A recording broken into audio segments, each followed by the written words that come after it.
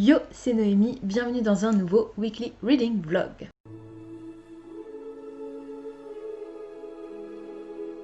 On est le lundi 2 novembre, il est 18h56 et je ne vous prends que maintenant parce que j'ai fait d'autres choses aujourd'hui, tout simplement. Et je vais pas vous prendre très longtemps. Je n'ai toujours pas avancé dans La Guerre du Pavot, c'est une catastrophe. Je n'arrive pas à reprendre cette lecture et pourtant elle me plaît bien. J'ai pas envie de lire. Micro panne de lecture parce que je vais essayer quand même de m'y remettre. Là, il faut que je le finisse cette semaine. Il n'y a pas moyen, il faut que je le finisse et que je puisse enchaîner avec les 2 dernières lectures qui me restent pour le Pumpkin Autumn Challenge. Je suis toujours page 178, chapitre 8. Je vous rappelle que les chapitres sont très longs. Du coup, c'est ça aussi qui fait que voilà, j'ai un peu de mal à retourner dans l'histoire. J'aime toujours bien, mais il y a un élément qui m'a énormément gênée dans les passages que j'ai lus dernièrement. Je vais pas vous dire ce que c'est parce que je vais pas vous spoiler. Je ne sais pas du tout si ça va avoir une incidence sur la suite de l'histoire. J'espère parce que je trouve que ça a été traité de façon beaucoup trop rapide. C'est hyper dramatique ce qui se passe en fait. Et l'autrice dédramatise ça mais d'une façon genre comme si c'était rien en fait. Le personnage principal va prendre une décision hyper importante et qui va avoir des conséquences sur tout le reste de sa vie comme ça. Genre en un claquement de doigts, elle va se dire oui, allez, je le fais, c'est bon, parce qu'après comme ça je serai tranquille, voilà. Et un personnage vers qui elle se tourne pour faire ce qu'elle va faire, pareil, va lui dire ok, pas de souci, allez, on le fait, d'ailleurs je pense que tout le monde devrait le faire, voilà. Et en fait, c'est compliqué, je peux pas vous dire exactement de quoi il s'agit, mais j'ai trouvé que c'était juste horrible, en fait. C'est ignoble ce qui se déroule, et c'est raconté en une page. Et c'est tout en fait. L'autrice dit juste, bah voilà, elle a pris cette décision, elle fait le truc, et puis après on passe à autre chose. Je trouve ça absolument abominable. Je sais pas, je vais voir comment évolue la suite de l'histoire. J'espère que ça va avoir des répercussions, hein, parce que si ça n'en a pas et que c'était juste mentionné comme ça dans l'histoire pour dire que, je ne lirai pas la suite. Ça c'est clair. Parce que là, voilà, ça m'a choquée. Franchement, ça m'a choquée. En fonction de la façon dont va évoluer l'histoire à la fin, je pense que je vous dirai ce que c'était. Parce que c'est quand même très grave et je pense que ça peut choquer plus d'une personne. Donc au-delà de la vulgarité du texte de base que je trouve qui n'est pas nécessaire, voilà, c'est pas que ça me gêne, mais je trouve que c'est pas forcément nécessaire. On aurait très bien pu s'en passer, je veux dire, il y a une façon sans être forcément très poétique, mais moins vulgaire de raconter l'histoire. Donc bref, déjà ça, voilà. Au final, ça me gêne quand même, puisque je vous en parle. C'est forcément que ça me gêne un peu, même si inconsciemment, je passe quand même outre, mais je l'ai remarqué, donc c'est compliqué. Pour l'instant, je sais pas. Voilà. L'histoire me plaît en elle-même. Là, je suis arrivée à un moment où les épreuves de base sont terminées et où on sait si elle a reçu des propositions d'apprentissage qui vont lui permettre de rester dans cette école et de continuer à apprendre et surtout de rester sur place, ou bien si elle a rien reçu et qu'elle va devoir retourner dans son village. Je ne vais pas vous dire exactement ce qui se passe, mais voilà, je sais enfin et je sais vers quoi on va. Enfin, je sais si elle reste au même endroit ou si elle va devoir repartir dans son bled. Et voilà, pour l'instant, ça me plaît bien. Il y a un des profs de l'université qu'on va apprendre à découvrir. Et alors, ce personnage, il est complètement taré. Carrément loufoque. T'as l'impression qu'il est drogué tout le temps, complètement. Il est très... je sais pas, ouais, très... Enfin voilà. Il a l'air à l'ouest et il est hilarant et en même temps très intéressant. Et voilà, j'ai hâte de voir avec ce personnage où on va aussi. Parce que voilà, j'ai l'impression d'avoir... je pense avoir compris quelque chose sur une légende, on va dire, qui fait partie de cette histoire. Je suis pas encore sûre. Voilà, c'est pour l'instant, en fait, c'est presque les bases, et pourtant je suis presque à 200 pages. Hein, donc, je sais pas vraiment vers quoi on se dirige au final, sachant que c'est un premier tome. À voir.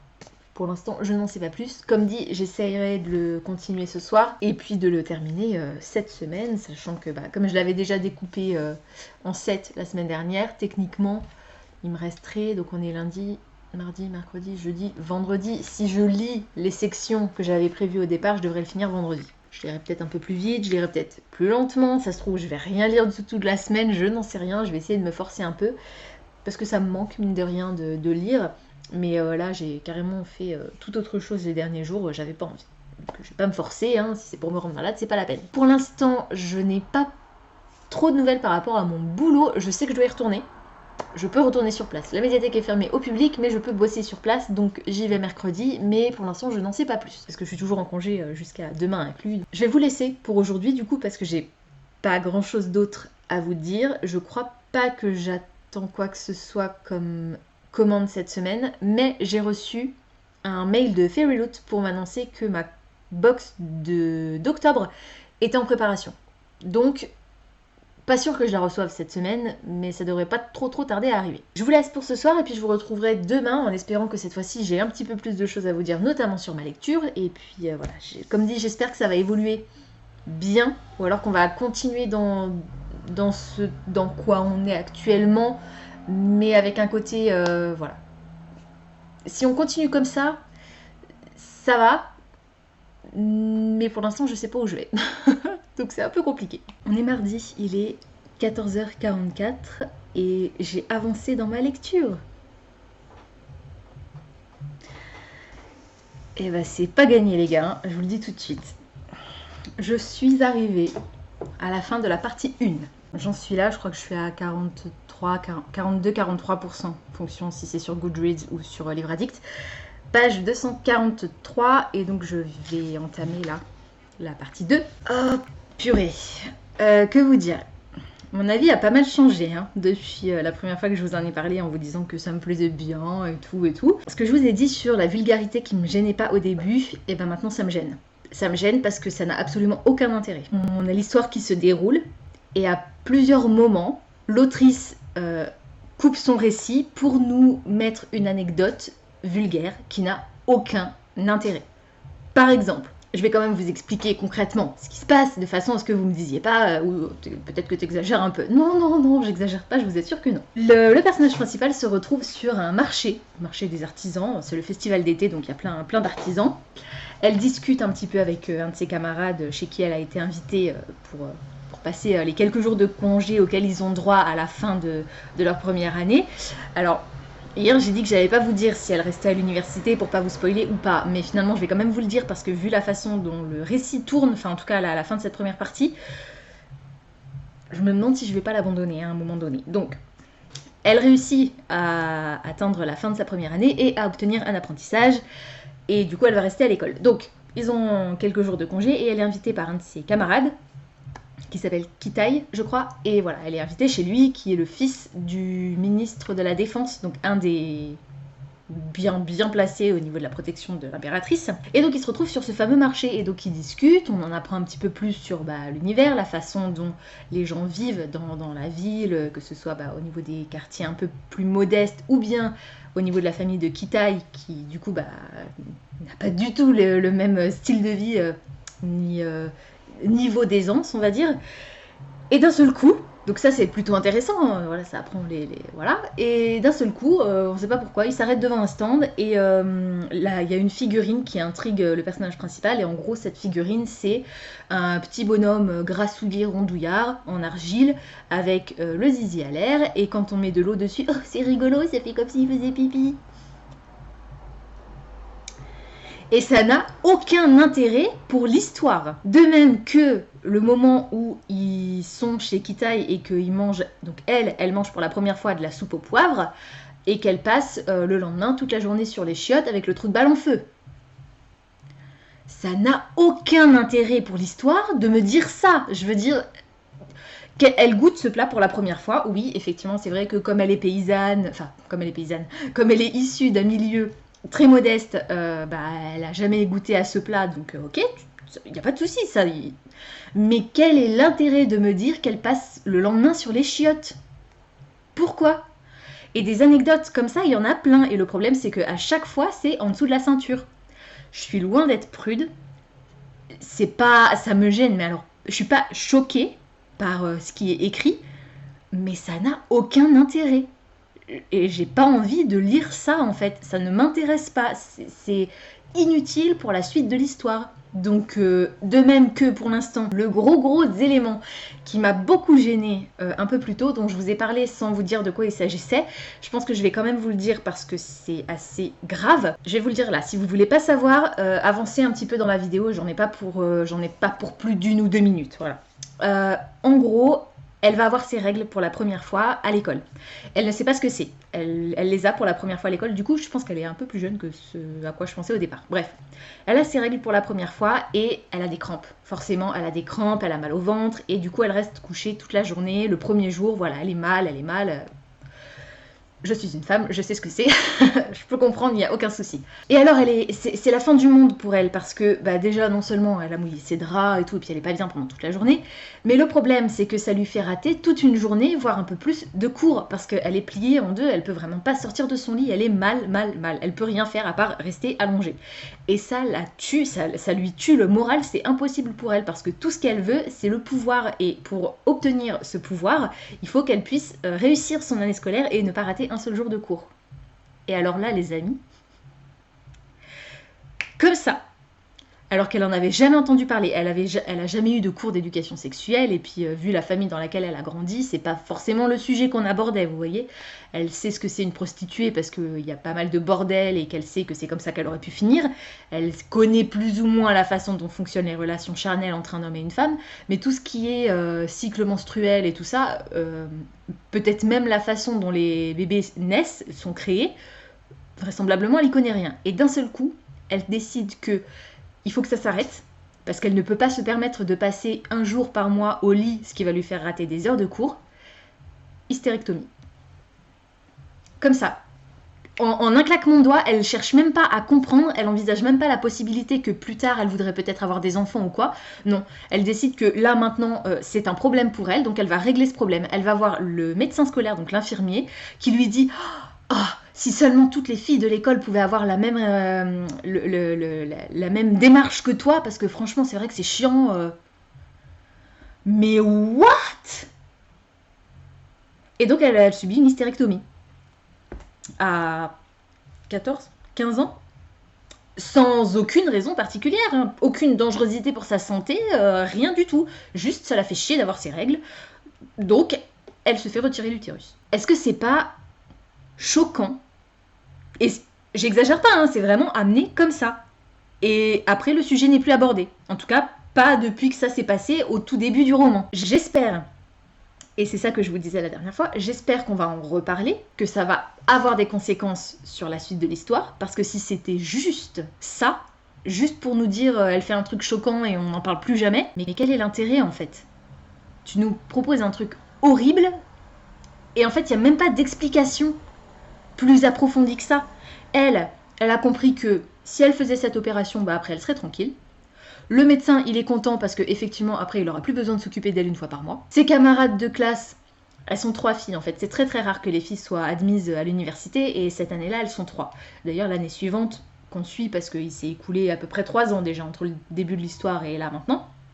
Enfin, le moment où elle entre à l'université et la fin de la première partie, elle a fini sa première année et elle a même fini ses 2 premières années d'apprentissage. Et en gros, c'est 5 ans à l'université. Ses camarades lui disent « Mais tu te rends pas compte, t'es folle d'avoir fait ça, et si jamais... » Mais en fait, c'est tout. C'est une conversation qui dure même pas le temps d'un paragraphe. Ça, plus cette vulgarité absolument pas nécessaire et complètement déplacée, je trouve, qui n'a absolument rien à faire dans l'histoire, qui n'a aucun intérêt pour l'intrigue, plus le fait que le personnage principal m'énerve de plus en plus, parce que elle a soif de pouvoir. Elle ne rêve que de ça. Tout ce qu'elle veut, c'est « Oh, j'étais une pauvre petite fille, une orpheline de guerre, j'ai pas une enfance facile, du coup je veux m'en sortir, donc il faut que je puisse avoir du pouvoir afin d'être un bon petit soldat pour pouvoir défendre l'Empire. » Et elle ne voit pas plus loin que le bout de son nez, en fait. Elle ne pense qu'à ça. Il y a une certaine forme de pouvoir qui transparaît en elle, on va parler de chamanisme. Elle va apprendre à maîtriser ce pouvoir, et en fait elle s'attendait pas à ça. La raison pour laquelle elle a choisi cette orientation à l'université, donc elle a choisi les savoirs traditionnels, c'était pour contrôler son pouvoir et pouvoir l'utiliser. Le problème, c'est que son prof, lui, il essaye de lui apprendre à utiliser son pouvoir, mais pas d'une façon militaire, on va dire, d'une façon simple et calme, de façon à ce qu'elle puisse tout simplement communiquer avec ce qu'ils appellent les dieux, mais sans utiliser la force. grâce à son pouvoir. Et elle s'en fout, mais royalement, tout ce qu'elle veut, c'est tabasser des gueules. Voilà, elle veut tabasser des gueules, elle veut casser des culs. Et ça m'énerve. Ça m'énerve profondément. Donc, j'ai eu énormément de mal à arriver à la fin du dernier chapitre de la partie 1. Parce qu'en plus, il était super long, je crois qu'il faisait presque 30 pages. Ça, c'était un chapitre. Donc, page 202, et là, je suis page 243. 40 pages donc. Et j'ai eu du mal. J'ai vraiment eu énormément de mal à arriver à la fin de cette première partie. Mais, maintenant que j'y suis arrivée à la fin de cette première partie, je me dis que, peut-être, comme on entre dans une seconde partie, peut-être qu'on va rencontrer des personnages différents, qu'on va avoir un bond dans le temps, peut-être. Je n'en sais rien pour l'instant, j'ai pas encore commencé le chapitre 10, c'est ça ? Chapitre 10. Donc, j'en sais rien. Franchement, hier, j'étais à 2 doigts de l'abandonner. Mais quand j'ai vu que ça me faisait arriver à la fin de la première partie, je me suis dit, bon, je vais au moins aller jusque-là, et puis je vais quand même commencer la deuxième partie pour voir où veut m'emmener l'autrice. Parce que, malgré tout, l'univers est quand même intéressant. Ce qui va pas, c'est le personnage principal, le style de l'autrice, c'est tout, en gros, parce que niveau atmosphère, c'est sympa. L'histoire en elle-même est intéressante, même si elle est gâchée par ces fameux moments qui me plaisent pas du tout, mais les moments, c'est le style de l'autrice, en fait, qui fait que... On va voir. En tout cas, je peux vous garantir que ce sera pas un coup de cœur, et je sais pas quelle note il va avoir, mais pour l'instant, en l'état actuel des choses, je sais pas si je vais le finir. Alors, je vous parle même pas d'envisager de lire la suite. Hein. Donc, je vais m'y remettre, là, maintenant. Il est 3h moins 5 à peu près. Je vais me refaire un mug de thé au lait. Et puis je vais m'installer tranquille dans mon lit et essayer d'avancer au max dans ma lecture parce qu'il me reste, on est mardi, donc mardi, mercredi, jeudi, vendredi. J'ai réussi à atteindre la fin de la section hier, donc normalement, si je continue sur ce rythme, je devrais, comme je vous le disais hier, pouvoir le terminer vendredi. C'est le dernier jour où je ne travaille pas aujourd'hui. Je reprends le boulot demain et normalement, vous savez, je travaille le jeudi matin, je travaille 3 heures, de 9h à 11h. Mais comme on est fermé au public actuellement, je vais essayer de faire ces 3 heures sur mes autres jours de la semaine. Donc 1 heure en plus le mardi, le mercredi et le vendredi, ce qui fait que j'aurai pas besoin d'aller au boulot le jeudi. Ça, c'est plutôt cool parce que ça m'évite de faire le trajet juste pour 3 heures, quoi. Je vais commencer un petit peu plus tôt demain matin. Et puis j'en saurai un peu plus aussi sur la façon dont va se dérouler mon taf parce que pour l'instant j'ai zéro info. Donc je sais que je dois y aller, mais je sais pas encore si on va réouvrir en click and collect. Enfin, réouvrir au public, c'est sûr que non. Mais si on va pouvoir proposer du click and collect ou de la livraison à domicile éventuellement, on verra comment c'est faisable ou pas. Et puis c'est tout. Je vous retrouverai peut-être un peu plus tard pour vous dire si j'ai avancé dans ma lecture, si je réussis à continuer ou si finalement je décide de l'abandonner. Je n'en ai pas la moindre idée.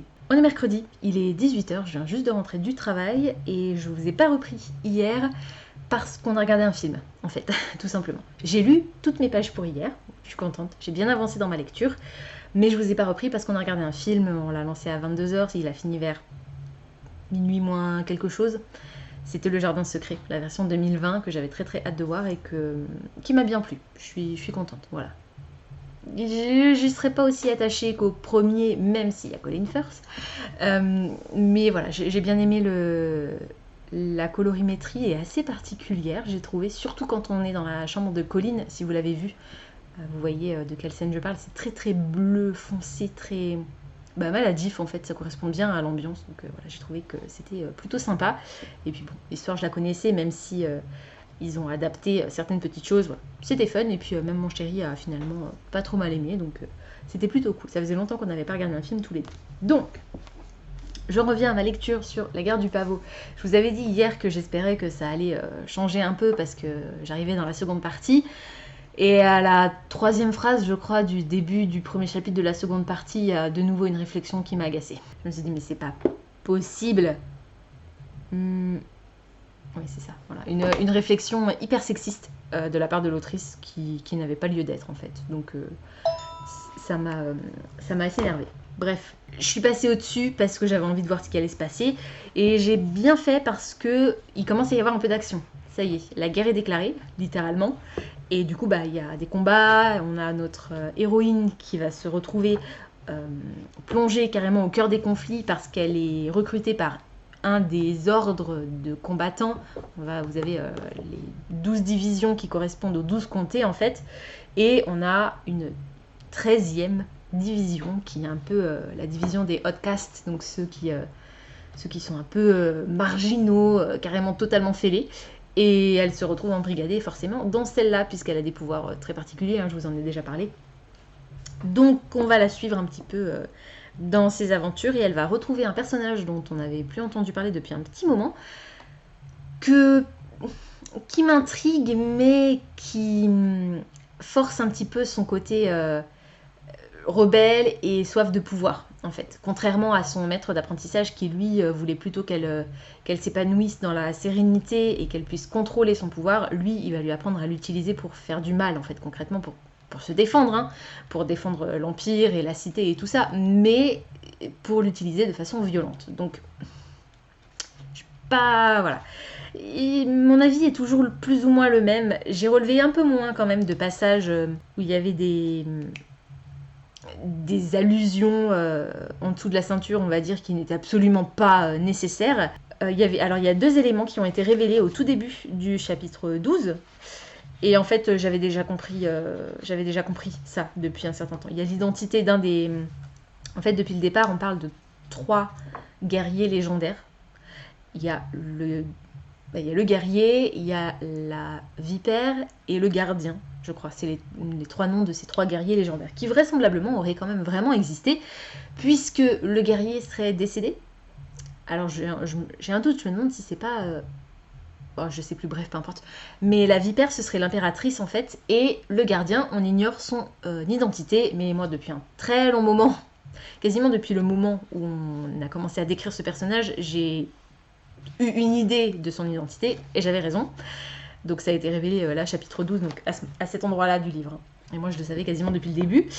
Et puis pareil sur l'identité de notre héroïne, cette fois-ci, qui est orpheline, donc on ne sait pas vraiment d'où elle vient. Pareil, c'est révélé à cet endroit-là, et moi quasiment aussi. Bon, peut-être pas depuis le début, mais à partir du moment où elle commence à développer des pouvoirs un peu particuliers, ça paraît évident. Donc voilà, des petites révélations qui, en plus, au moment où elles sont révélées, ne sont pas forcément spécialement fracassantes.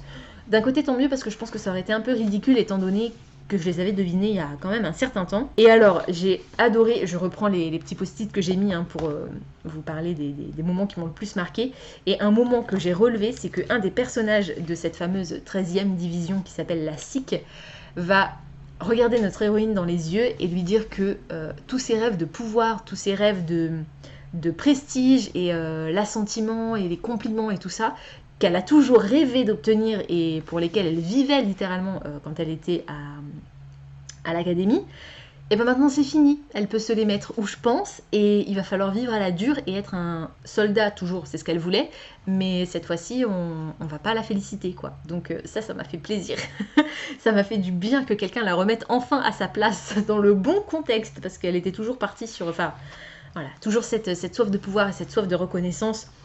En tant qu'orpheline et ayant été élevée dans une famille sans amour, clairement, elle cherche évidemment cet assentiment et elle a la volonté de bien faire et d'être approuvée dans ce qu'elle fait. Mais là, on est en temps de guerre en fait, et c'est plus le moment d'avoir ses rêves d'enfant plus ou moins.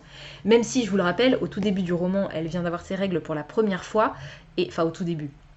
Je me comprends, peut-être 3e chapitre, 2e ou 3e chapitre, elle a ses règles pour la première fois, et là on est seulement 2 ans, allez, on va dire 3 ans après. Donc en admettant qu'elle avait 12, 13 ans, là elle en a seulement 16. Donc malgré tout, c'est encore une enfant, c'est une ado, mais vu le contexte dans lequel elle a évolué et la famille dans laquelle elle a grandi, voilà, il y a une certaine maturité qu'elle n'a pas pu acquérir. On est au bord d'un conflit assez important. J'ai dépassé la moitié. Je suis page 323, chapitre 14. Je vais essayer d'avancer ce soir. Hier, je me suis arrêtée pile poil au morceau que je devais lire. Donc, mercredi, jeudi, vendredi, il me reste toujours 3 sections pour la fin de la semaine. Je vais essayer de lire au moins la partie que je suis censée lire ce soir. Ça représente 3 chapitres. Je vous ai dit, les chapitres sont très longs. Ça, c'est un des reproches, des autres reproches que je pourrais faire à ce livre. Mais les chapitres sont très longs, mais je trouve qui sont quand même relativement fluides et rapides à lire. C'est assez paradoxal, mais une fois que j'ai commencé le chapitre, j'ai du mal à m'arrêter. Et pourtant, c'est pas l'histoire ni le style qui font que, je sais pas, il y a un petit truc qui fait que je réussis quand même à m'accrocher pour finir ce roman. Je pense que je ne saurais si je l'ai aimé ou pas qu'à la toute fin. En espérant que j'arrive pas au bout sur un énorme cliffhanger, parce que là, je pense que je serais dégoûtée. Quoique, ça me donnera peut-être envie de lire la suite. J'ai fait tomber ma palette de post-it. C'est pas grave, je vais mettre mon téléphone à la place. Voilà, donc je vous reprendrai pas forcément pour ce soir, parce que là, comme il est déjà presque 18h10, je sais pas ce que je vais faire. Lire un peu, ça pourrait être une bonne idée.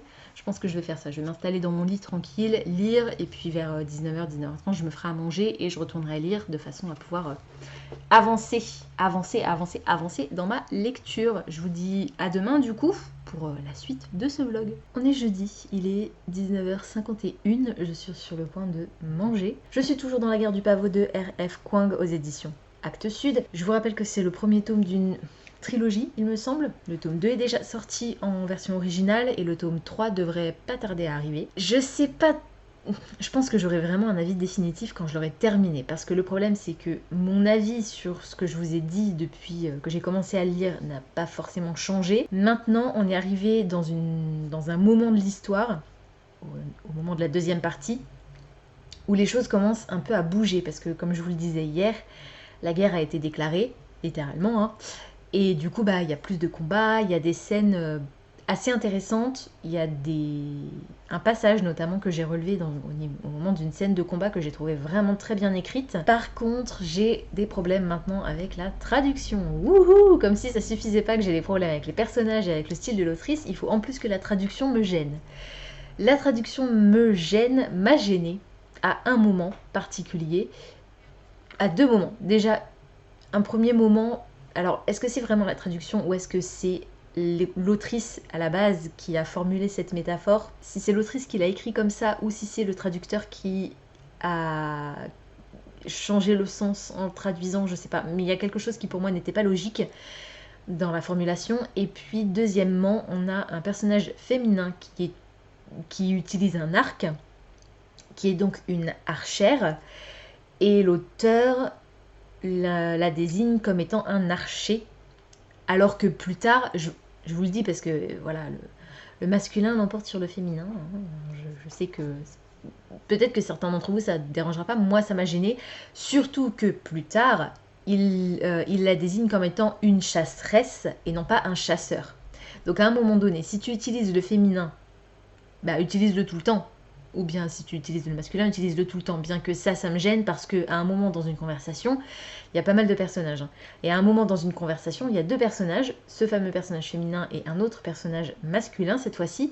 Et l'autrice indique qu'ils échangent, ils sont en train de discuter et ils échangent dans la langue de l'archer. Et du coup forcément l'archer, tu penses à l'homme et pas à la femme qui est... En fait c'est elle l'archère. Je sais pas si c'est clair ce que je vous dis, bref, voilà, ça m'a gêné. Sinon, au niveau de l'avancée dans l'histoire, j'ai l'impression qu'on piétine un petit peu. Alors, il y a des rebondissements, pas vraiment, mais c'est la guerre, donc il y a des conflits, il y a des échauffourées qui éclatent, voilà, il y a des morts, il y a des blessés, il y a des scènes assez gore, je préfère vous le dire, c'est un peu cracra, voilà. Pas forcément quelque chose que j'apprécie particulièrement, ça me gêne pas, mais je suis pas passionnément fan du gore, donc voilà. Et puis sinon le problème c'est que je peux pas vous en dire plus que ce que je vous ai déjà dit sans vous spoiler complètement toute l'histoire, bien que vous en savez déjà beaucoup à mon avis. Voilà, je vais pas aller plus loin dans mon avis ni dans mes explications pour aujourd'hui. Je vais retourner à ma lecture, essayer d'avancer bien dans mon bouquin de façon à pouvoir le terminer demain. J'espère que je vais y arriver.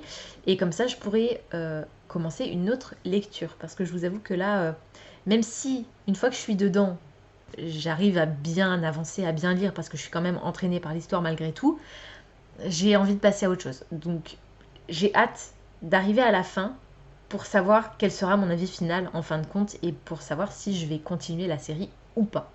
Voilà. Sachant que en version originale, c'est une série qui est très très appréciée. Donc, bon, chacun ses goûts, hein, je veux dire, on peut pas être bon public ou tout aimer, tout simplement. Voilà, il y a une communauté incroyable qui est fan de Hunger Games. Moi, j'ai jamais réussi à accrocher à Hunger Games. C'est la conjugaison qui me plaisait pas, le fait que ce soit rédigé au présent, pour moi, c'est impossible à lire.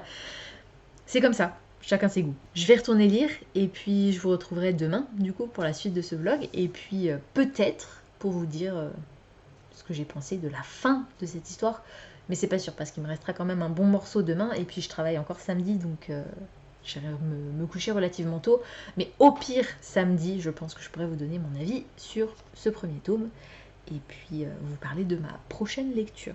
On est vendredi, il est 19h17, je vais pas vous parler très très longtemps aujourd'hui parce que je n'ai lu qu'un seul chapitre hier en fait avant de commencer à m'endormir. Donc concrètement on n'a pas tellement avancé dans l'histoire, il me semble pas. Attendez, je vais voir regarder où je me suis arrêtée. Ah oui, il y a un personnage, il y a un nouveau personnage qui est arrivé, dont on entend parler depuis un certain temps, mais qu'on n'avait pas encore vu, ça y est, ce personnage est arrivé, et du coup, ça va peut-être faire bouger les choses, parce qu'il était parti en mission spéciale, et il revient avec des éléments qui vont peut-être pouvoir aider les différentes factions, là, pour... sans dire qu'ils vont forcément gagner la guerre grâce à ces informations, mais au moins peut-être leur permettre de repousser ou ralentir l'ennemi. Voilà, donc je suis page 412, chapitre 19. Je vais essayer d'avancer un petit peu ce soir, mais je suis pas sûre que j'irai au bout. Je le finirai pas, je pense, parce que il faut que je lise la section d'hier plus la section d'aujourd'hui, et j'ai très très mal à la tête là. J'ai un gros coup de bambou qui m'est tombé dessus. J'ai mal, juste ici là. Ça fait comme une vague, comme ça. C'est très très désagréable. Bref, par contre, c'est d'ailleurs peut-être la raison pour laquelle j'ai mal au crâne. J'ai commencé à écouter Les Deux Tours, le tome 2 du Seigneur des Anneaux de Tolkien. C'est ma lecture audio du mois. Vous savez, comme je me suis abonnée à Audible, tous les mois j'ai droit à un crédit audio à 9,95 €, je sais jamais. Et en gros, je peux, avec ce crédit qui du coup donc, me revient à ce prix-là, 9 et quelques, je peux télécharger n'importe quel livre audio du catalogue Audible. Et donc j'ai ma petite wishlist sur le site Audible, et comme j'ai lu le tome 1 le mois dernier, j'ai décidé de continuer sur ma lancée et de lire le tome 2 ce mois-ci. Je sais pas encore si je lirai le tome 3 en décembre, mais bon, en tout cas en novembre je lis Les Deux Tours et j'adore. J'adore la narration, les voix que prend le narrateur sont absolument fantastiques. Je suis toujours un petit peu dérangée au niveau des noms qui changent, la traduction des noms de lieux ou de personnes qui changent un peu, mais à part ça c'est fantastique quoi. Il a un talent fou pour raconter et puis surtout ce qu'on ne perçoit pas du tout dans les films, c'est le côté musical du récit, parce qu'à beaucoup de passages les personnages chantent. Alors le narrateur lui ne chante pas, il récite les paroles des chansons qui sont proposées. En même temps dans ces histoires Tolkien a écrit les paroles mais il n'a pas noté l'air sur lesquels il fallait les chanter, donc ça me paraît logique. Il aurait fallu inventer un air et ça aurait été peut-être dénaturer l'œuvre, mais c'est tellement beau. Alors je vais vous spoiler. Si vous connaissez pas du tout le Seigneur des Anneaux, je vais vous spoiler. Je vous le dis tout de suite. À la fin du tome 1, non pas à la fin du tome 1, à la fin du film premier et au début du tome 2, du coup, on apprend donc la mort de Boromir, et au moment où Legolas, Gimli et Aragorn mettent Boromir dans la barque avec son épée et les armes brisées de ses ennemis et qu'ils l'envoient dans la cascade, Aragorn commence à chanter en fait, et donc il chante un premier couplet, Legolas chante le deuxième et Aragorn reprend un troisième couplet et ils terminent ensemble, et rien que d'en reparler ça me donne des frissons parce que c'était tellement beau, c'est tellement poétique ces moments-là. C'est logique en même temps, c'est de la chanson donc c'est fait pour être poétique, c'est en rime, les termes sont sublimes, c'est oh là là, c'est vraiment un truc qui me charme à chaque fois qu'il y a un petit bout de chanson dans l'histoire, c'est juste fantastique quoi. Donc voilà, je suis toujours bluffée par la fidélité du film du coup par rapport au livre, bien que la version que j'ai soit une traduction un peu plus récente que la traduction de base on va dire, donc Entre-temps, il y a des choses qui ont changé. Disons que le film ne se base pas sur cette traduction-là, se base sur une autre traduction.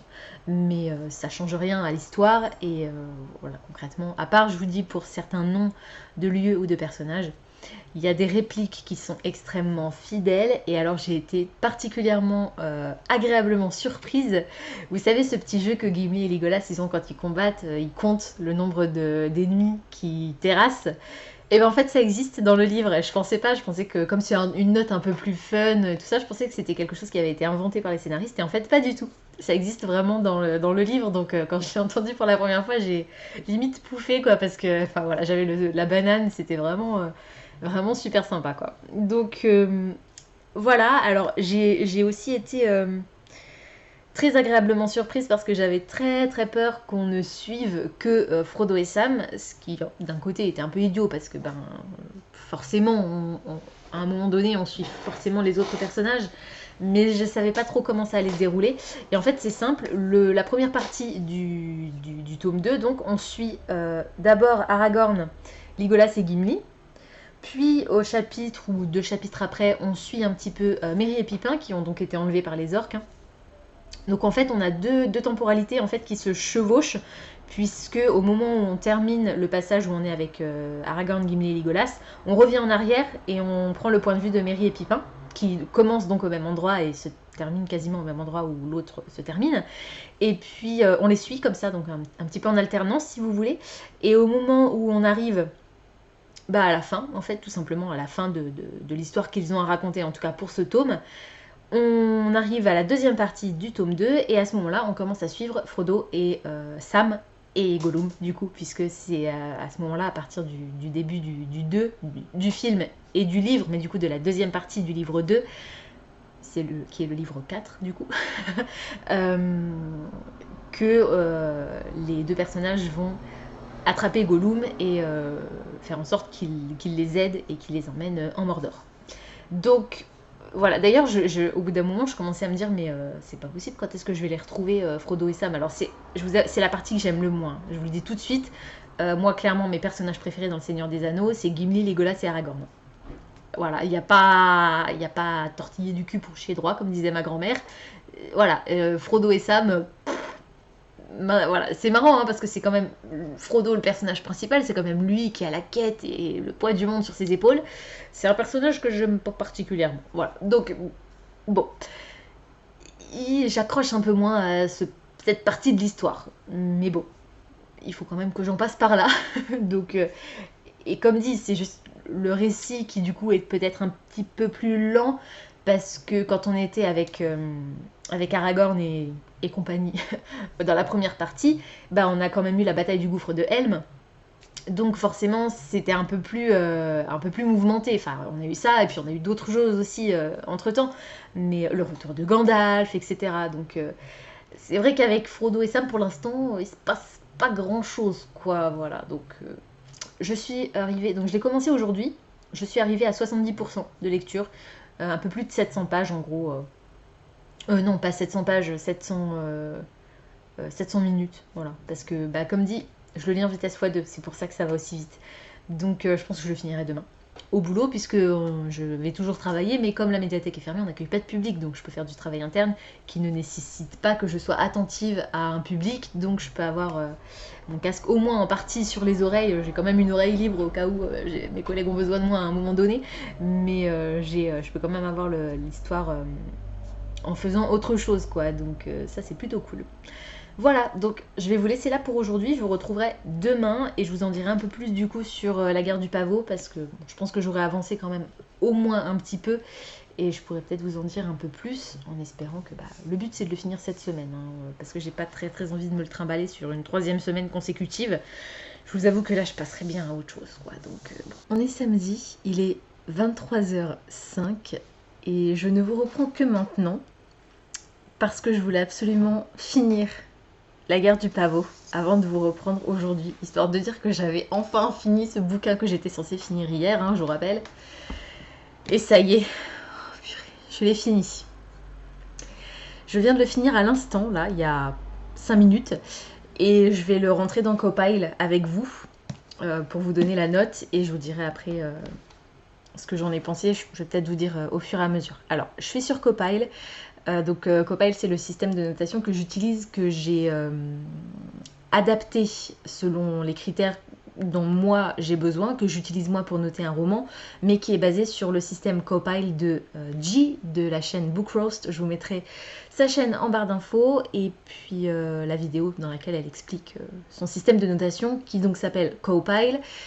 C'est les initiales des différents critères qu'elle note. Concrètement, je ne peux pas appeler mon système comme ça, puisque j'ai modifié les critères. Bref, c'est un système de notation que j'utilise basé sur celui de G. Je note les personnages sur 10. Je vous rappelle que de 0 à 3, c'est vraiment mauvais, de 4 à 6, c'est médiocre, de 7 à 9, vraiment bon, et 10, absolument incroyable. Alors, ils n'étaient pas extrêmement mauvais, puisque malgré tout, ils sont construits, ils ont quand même une personnalité définie et du caractère, mais pour moi, ce ne sont pas de bons personnage, dans le sens où du début à la fin, l'héroïne m'a insupportée, mais alors à un point incommensurable.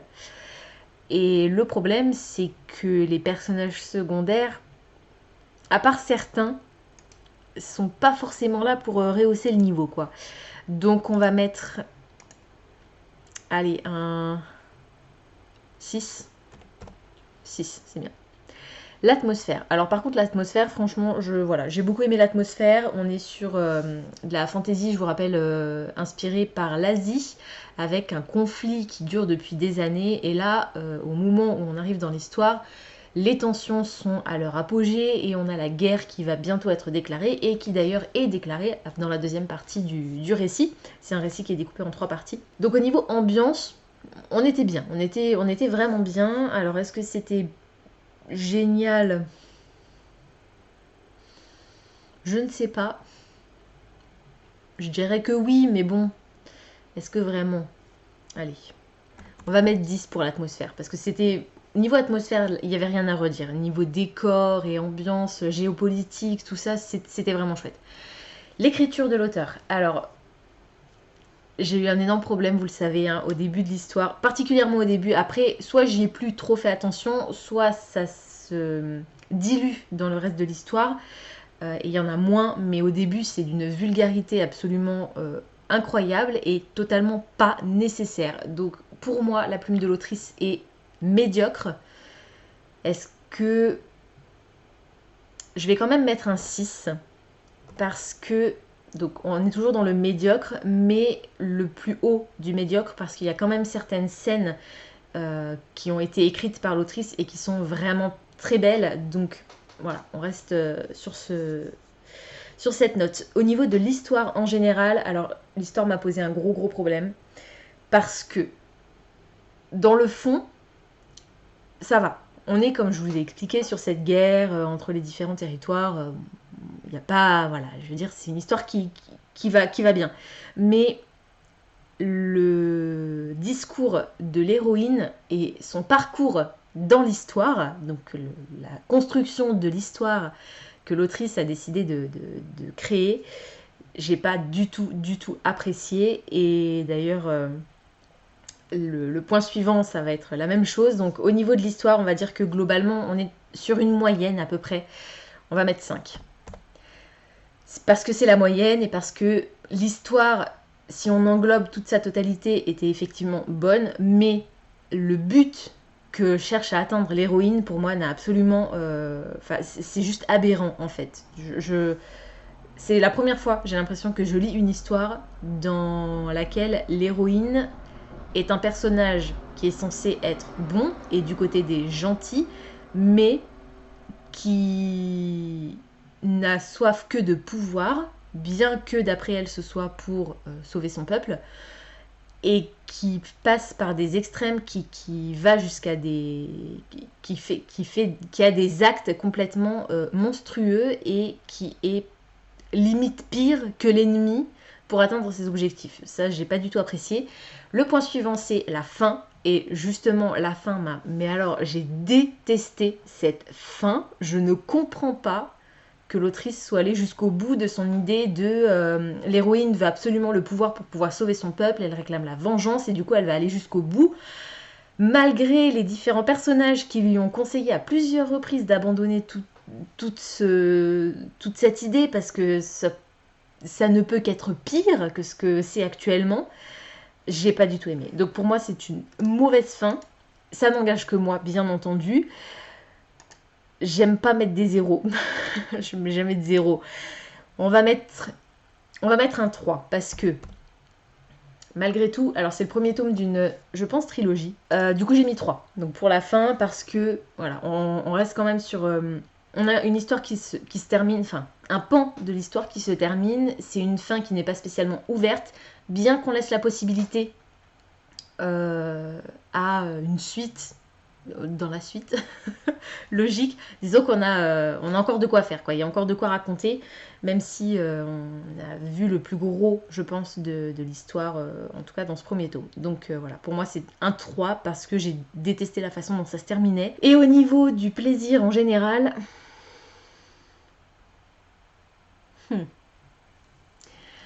J'ai pris aucun plaisir particulier à lire ce roman. C'était pas mauvais, c'était médiocre, c'est sûr. Je vais pas mettre la moyenne parce que c'était même pas un bof, c'était un... pas non merci quoi. Donc ce sera un 4.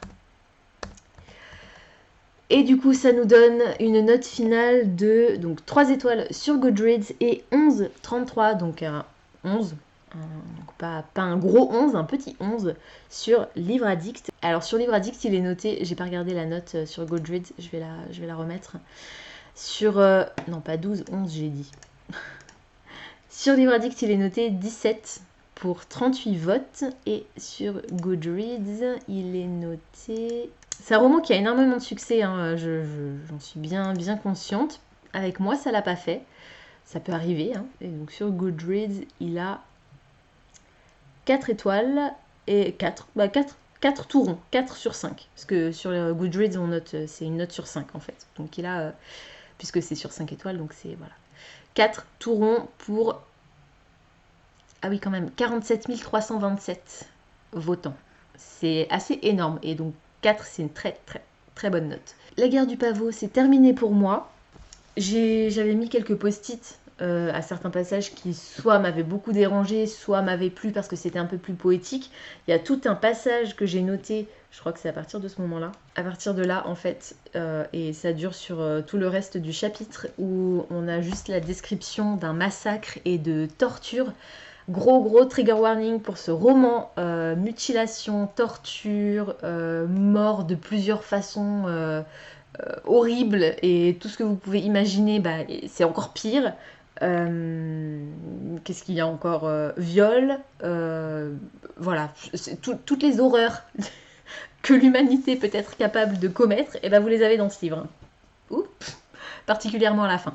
Voilà, donc je vous le dis, du coup je vais retirer mes post-it que je vais remettre dans ma petite carte en plastique.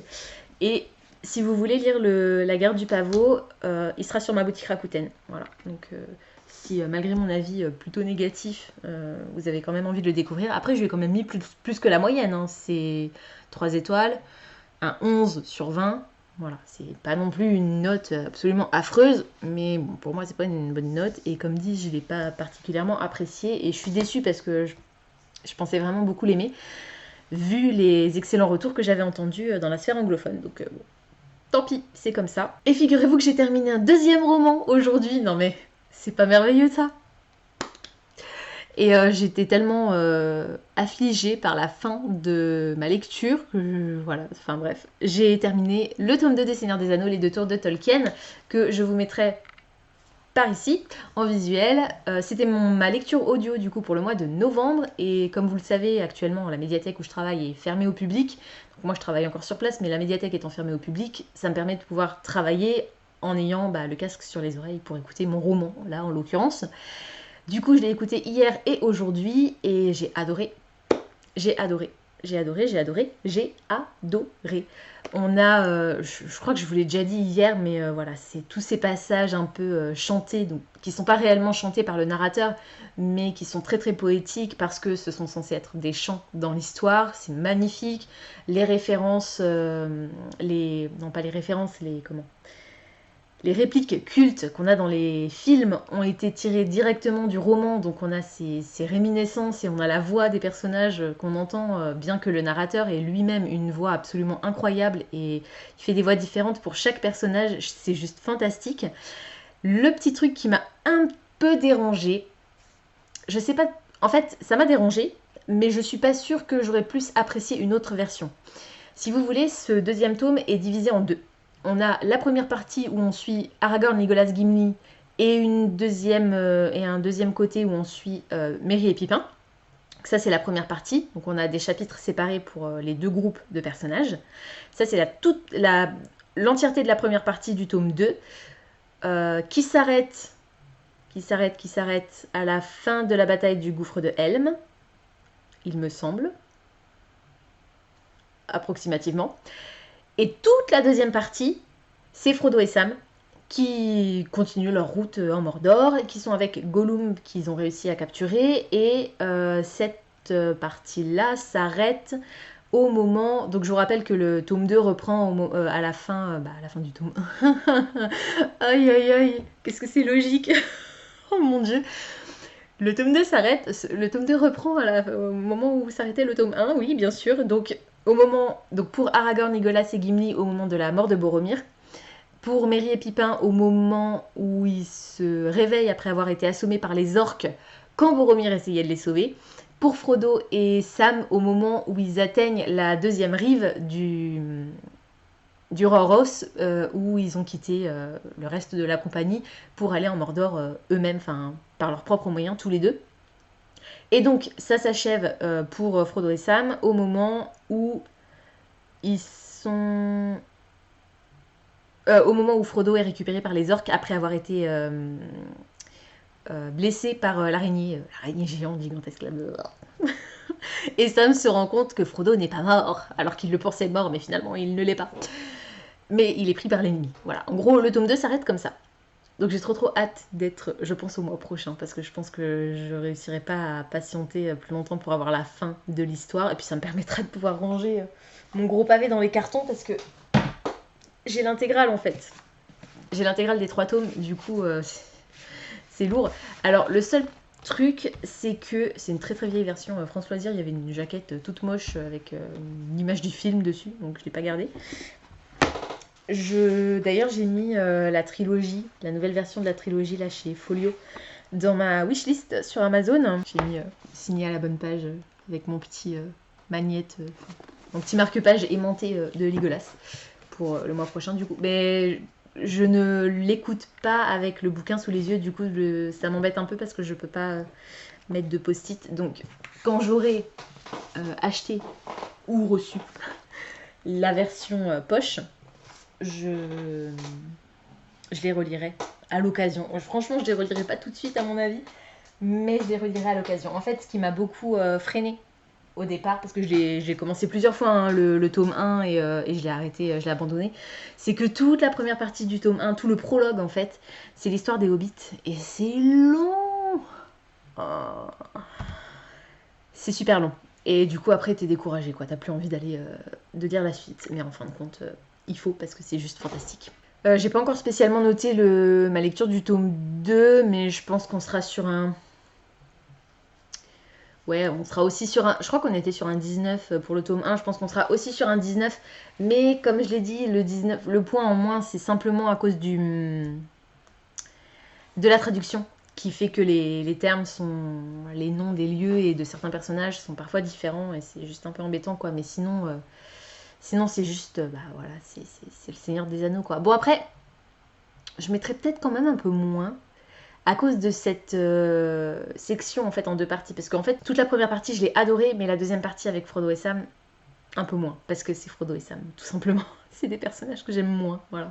On verra. Je pense que je ferai ça tranquillement demain. Je vais pas forcément le noter là tout de suite, vu que j'ai déjà fait la guerre du pavot, mais voilà. Je vais pas commencer de nouvelle lecture aujourd'hui. Parce que là, il est 23h23, donc je vais aller me coucher, je pense. Par contre, demain, je vais commencer mon prochain roman, et je ne sais pas lequel des deux c'est. Je vais reprendre mon cahier avec ma palle. Alors, La guerre du pavot, c'était Pour le menu de Automne douceur de vivre, la catégorie 4, A Window to the Past, il fallait lire. Donc les mots-clés c'était sorcière, sorcier, SFFF, magie. Donc ça rentre, hein, c'est de la fantaisie, il y a de la magie. Pas de sorcière, pas de sorcier, c'est des chamans, mais voilà. Et du coup, et bah c'est celui-là, ok, parfait. Le prochain livre que je vais sortir de ma palle, c'est pour le menu 3, Automne des Enchantresses, la catégorie 3, Les écailles de Mélusine, et les mots-clés sont féminisme, transformation et métamorphose, pardon. Et ensuite, il m'en restera qu'un. Et c'est le tome 2 de Kayla Marshall, L'Ascension d'Estelle Wagner aux éditions du Chat Noir. C'est un roman qui est dédicacé, pour lequel j'ai déjà un marque-page dedans. Bien, marque-page aux couleurs du roman en plus, donc c'est plutôt cool. J'avais beaucoup aimé le tome 1. Je pense que je vais essayer de me trouver un bon résumé bien spoilant du tome 1 avant de commencer le tome 2, parce que même si je me souviens que j'avais beaucoup aimé et que je me souviens en gros de l'histoire, et je pense qu'il faut quand même que je me rafraîchisse la mémoire avant de commencer celui-ci, sachant que j'ai également le tome 3 dans ma pile à lire globale, pas du Pumpkin Autumn Challenge, mais global. On est déjà le 7 novembre et le challenge se termine le 30 novembre, donc voilà, je pense que je devrais avoir largement le temps d'y arriver. Il fait 350 pages, c'est ridicule par rapport à ce que j'ai lu. Je vous rappelle que juste avant la guerre du pavot, j'avais fini le prieuré de l'Oranger quand même, hein. Donc là j'ai enchaîné 2 bons pavés, enfin un building, puis un pavé. Et là, voilà, celui-là, 350 pages, ça devrait aller tout seul, je pense. Voilà. Donc, on suit les aventures de Kayla Marshall, qui est censée être une métamorphe dans son clan de loup-garou, plus ou moins. Sauf qu'elle ne peut pas se transformer, donc c'est un peu la honte, et elle est chassée de sa meute. Et voilà, en gros, l'histoire commence comme ça. Et pour tout vous dire, bah, voilà, je me souviens plus trop ce qui se passe dans tome 1. Et je vais pas relire le résumé pour ne pas me spoiler. Je vous retrouverai demain du coup pour vous dire un petit peu ce que j'ai pensé de ma lecture si je l'ai commencé. Je viens de me souvenir que ça devrait aller d'autant plus vite que on est samedi. Hein. Donc demain, je travaille pas, donc j'ai toute la journée pour essayer d'avancer au maximum. Lundi, je ne travaille pas non plus, vous savez, hein, mes semaines c'est du mardi au samedi.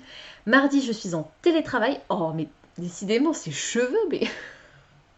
Mardi, je suis en télétravail, je suis à la maison toute la journée, donc je vais quand même bosser, mais j'aurai peut-être un peu plus de... Là, je serai moins fatiguée, j'aurai pas la route déjà. J'aurai 20 minutes aller et 20 minutes retour de route gagnées pour lire. Et puis mercredi, c'est férié. Donc voilà, pareil, j'aurai un peu plus de temps pour le lire. Ça se trouve, je vous dis ça et je le finirai demain. Lol, qui y croit? Ça m'étonnerait. En tout cas, il est tout floppy, j'aime bien. Ça va être agréable dans mon lit. Pas comme les deux autres là où c'était des vrais boulets très lourds là où j'en pouvais plus.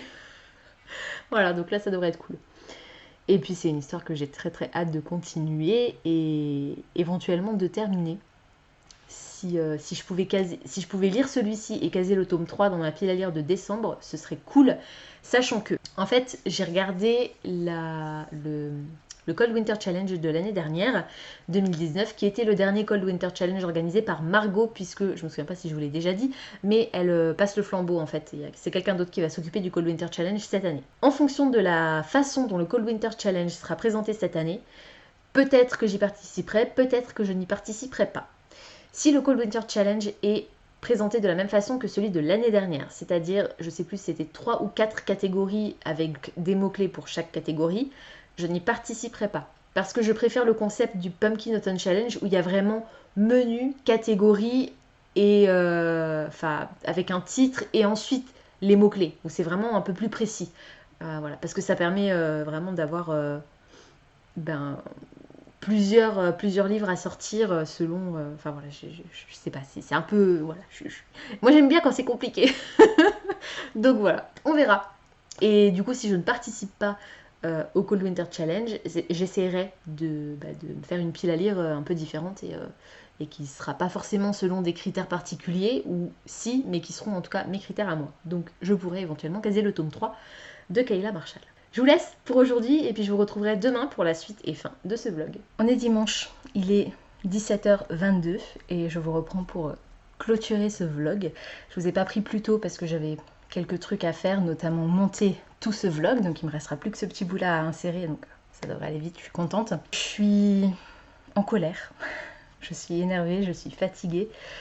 J'avais prévu cet après-midi, après avoir monté le vlog et fait quelques trucs, j'avais prévu de commencer le tome 2 de Kayla Marshall, mais je ne l'ai pas commencé parce que je voulais me trouver un résumé spoilant pour me souvenir du tome 1 et j'en ai pas trouvé du tout en fait.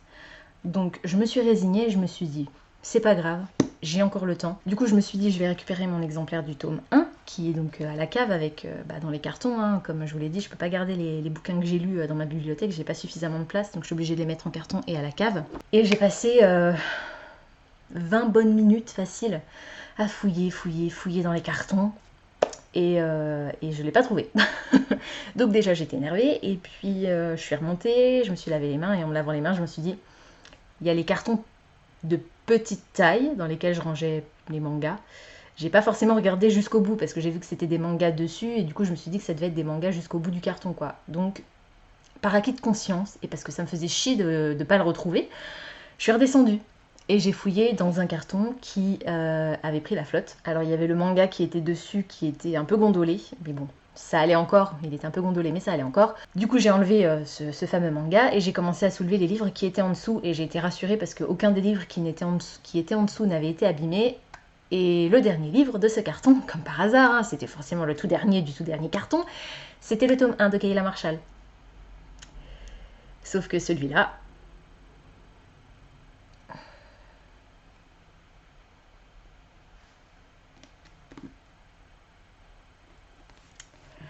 voilà.